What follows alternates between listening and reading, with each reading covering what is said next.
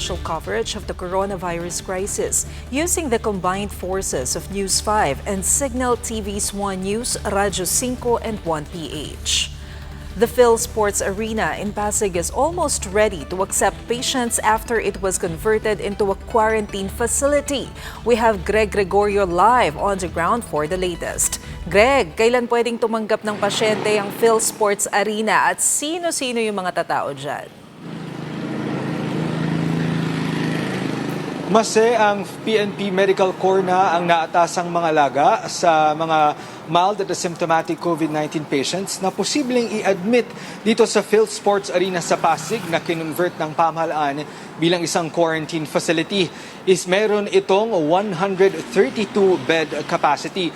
Matatandang hindi pa tukoy noon kung sa lokal na pamahalaan ba o sa pribadong sektor manggagaling yung mga medical personnel na magbabantay dito sa pasilidad. Pero dahil nga PNP Medical Corps na ang naatasang mga laga sa kanila o sa mga pasyente ilalagay dito ay nagsagawa na rin na inspeksyon kanina ang PNP Medical Services kasama ang DPWH, Office of Civil Defense at ang DOH.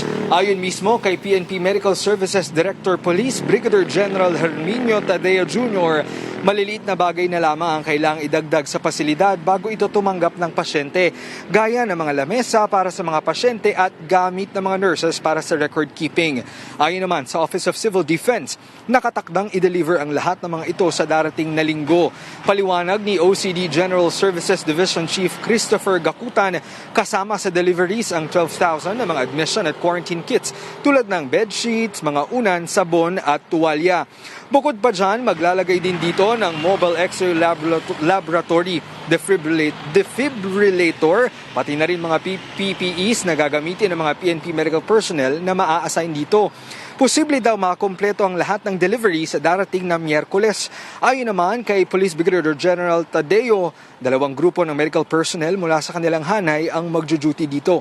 Kada grupo mayroong 9 doctors at 59 nurses na maghahati sa 3 shifts kada araw. Diretso 1 linggo silang magtatrabaho dito. Pagkatapos ng kanilang duty, sasailalim sila sa 14-day quarantine pati na rin sa RT-PCR COVID-19 testing. Nakahanda na rin daw ang 394 PNP Medical Reserves sakaling kulangin ng tao ang pasilidad.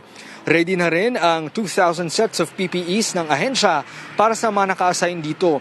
Madadagdagan pa raw ito kapag dumating na ang kanilang mga in-order.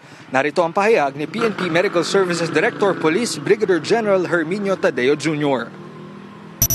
Meron lang pong kaming mga nakitang mga ibang pangangailangan ng patients at saka para po sa medical staff and security na minimal lang naman na po yun na pwede nang ikabit anytime.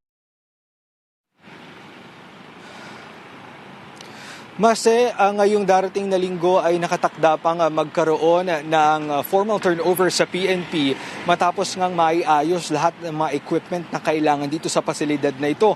Ayon naman sa DPWH, habang wala pang mga pasyente ay maaari rin itong ipagamit sa mga OFW repatriates na mangangailangan naman ng 14-day quarantine. Maricel? Greg, isang paglilinaw lang. I understand priority nila dito yung mga may mild symptoms. Pero anong area yung ipaprioritize nila dito sa Phil Sports Arena, considering na nasa Pasig siya? Yes, Maricel, noong Martes sa isinagawang inspeksyon ni na National Task Force COVID-19 Spokesperson Retired General Restituto Padilla at Presidential Advisor on Flagship Programs and Projects Secretary Vince Dizon, nabanggit na itong Phil Sports Arena na na-convert bilang quarantine facility ay kauna-unahang mega quarantine facility na binuo ng pamahalaan dito sa eastern side ng Metro Manila.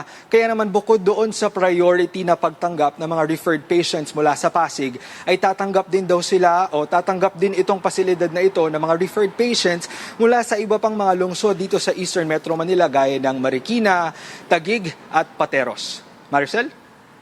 All right, thank you for that report. That was Greg Gregorio reporting live from the Phil Sports Arena in Pasig City. The Commission on Elections has extended the suspension of voter registration and other related activities up to June 30, 2020, after the President extended quarantine protocols in Metro Manila and in other areas in the country. The suspension affects all COMELEC offices and satellite registration sites nationwide and covers all registration activities except the issuance of voter certifications. The distribution of voter certification remains suspended until April 30 only.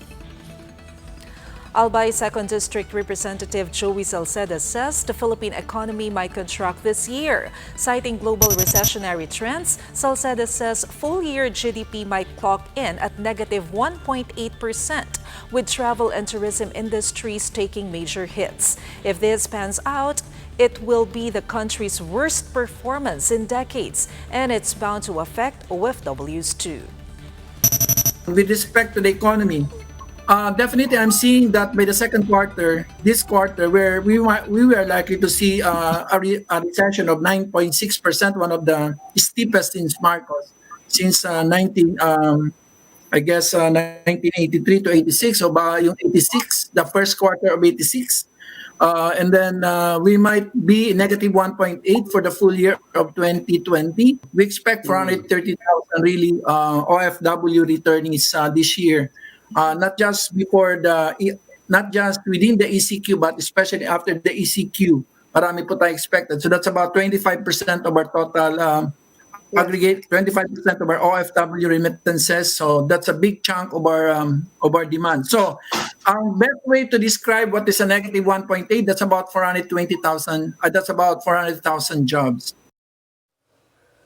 Speaking with One News, the chiefs, Salceda says GDP will likely swing back to positive territory next year. There is a caveat, though. It will only happen if all infrastructure construction works will resume after the ECQ was lifted. So far, Salceda says half a year's worth of infra progress has been wiped out due to COVID-19.